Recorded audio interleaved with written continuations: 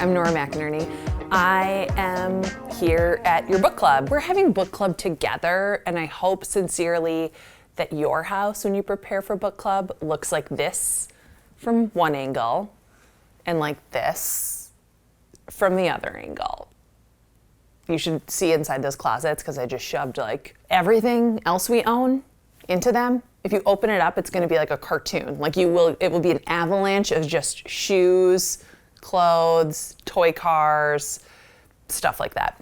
Anyways, so I'm here at book club with you and all your best friends and that one friend that none of you like but have to invite to stuff. Who is it? Just kidding. Maybe. We're here to talk about the book I wrote, which blows my mind because my whole life I wanted to write a book, but I just didn't know how or like what I would write about. And I thought, oh, I know, I have an idea. I'm gonna write about this girl who is from the Midwest and she moves to New York and she gets a job that she hates working for a woman who's totally nuts, but it's sort of in an industry that she wanted to work in, but it's not the job she wanted. And then somebody told me that that book is already called The Devil Wears Prada. So I missed my opportunity for that, which is a shame because I once worked for a woman who made me babysit her daughter's hamsters. And then one day I got there and the hamster was gone and she accused me of losing it when I was playing with it. I was 25. I wasn't playing with hamsters on the weekend. That's what I do now because I'm 34. Anyways, we're here today in my home and yours to talk about my book. It's called It's Okay to Laugh, Crying is Cool Too. All of this had started with a blog that I began when Erin was sick called My Husband's Tumor. And I'd started that blog, I told people originally, as a way to keep everybody updated with what was happening. But now I know for certain that I'd started that blog because I knew that Erin was in danger of becoming just a sad story. That blog is not about cancer, not really. Cancer is sort of a secondary character, more of a background player in our relationship and our life. And that's the same thing with this book, which is the book that I ended up writing.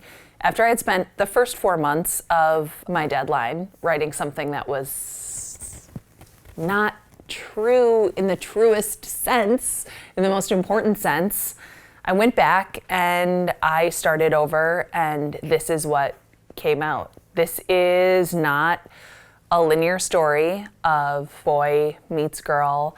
This is not a sad story or not just a sad story. This is a love story. This is a life story, and it's told the way I lived it. And it's told from very close because very close is a perspective too. You could turn this video off, maybe you already did because you're already on your third glass of rosé, but I do have some book club questions that we could talk about. And the first is this. I realized when writing this, and I realized talking to everybody that I talk to for basically all the work that I do, that I am not special. Everybody goes through something. Everybody in the room you're sitting in has gone through something.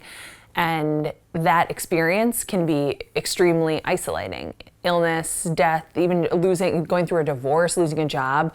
These experiences, the more difficult they are, the less that we talk about it. So I want you to take this time to just pick a thing, maybe of 1 to 3 to 5, maybe some of you have really been through some shit. Pick a thing, and I want you to talk about those experiences amongst yourselves. Talk amongst yourselves. You guys talk. I'm gonna take a break. What got you through it? And how do you try to be there for other people when they're going through something?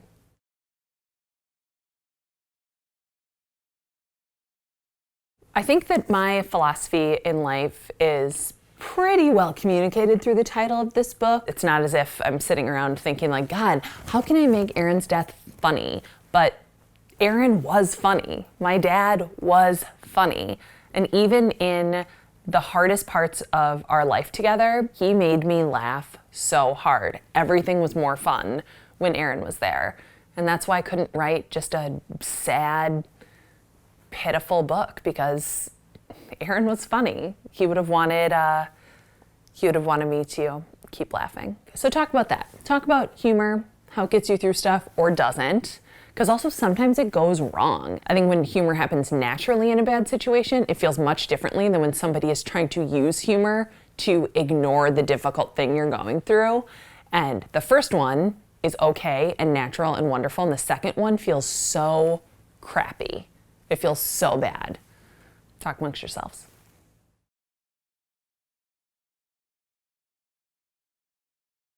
It's really difficult, and maybe it's just difficult for me, but I spent the first year and a half after Aaron died telling everybody that I was fine.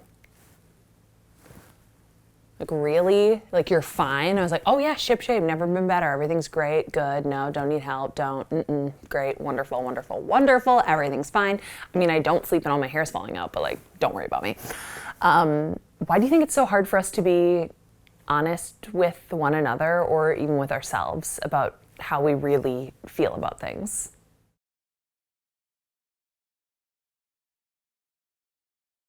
It took me a long time of going through it to realize that grief is not just crying, and that grief has a lot of facets to it. It's physical. After you experience a really traumatic death, for example, like widows are more likely to have like life-threatening diseases after their husbands die, which really, like, can we get a break? Nope. That is hard to go through alone. It's hard to understand and get perspective on your emotions on your own. What has helped you, or how do you think people can gain an understanding of their own feelings and of the feelings and experiences around them? Personally, here's what helps me. I do a meditation app called Headspace. It's not hard. It really helps to feel grounded. 2, Zoloft, formerly Lexapro. Both are pals of mine. A therapist, like actually telling people how I feel truly. And I went back to church. Talk amongst yourselves.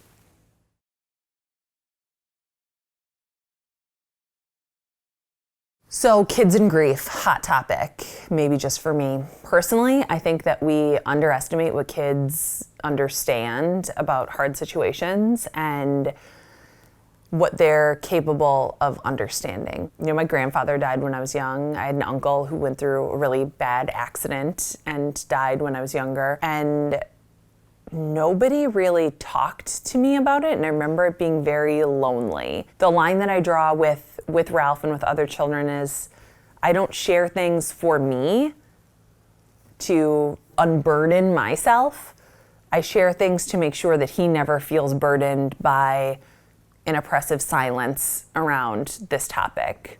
So I still talk about Aaron. The people who are important to us are always important to us. Their death does not, delete them from our lives. So I protect Ralph from the part of my grief that is not going to be constructive for him. Before I told Ralph about anything about God or heaven, he would look at the sky and the trees and say, that's my dad, that's my grumpy. They're in the sky and the trees and the grass. And so I just think kids know a lot more than we think they do. And that when we protect them by telling them nothing, we are doing nothing but hurt them. Talk amongst yourselves.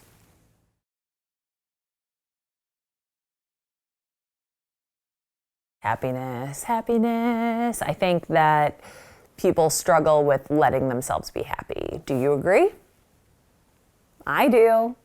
I think that I thought if I felt any happiness, it must mean that I had no sadness. That is absolutely not true. Those are some of the questions. We have a downloadable book club guide that is available on the website. I love to see when people are reading my book. So if you share a photo on Instagram, you can use hashtag crying is cool too, or hashtag it's okay to laugh. So thanks for having me over for book club. Later. I hope you all are having a peaceful, beautiful, child-free book club. Like me. Like me.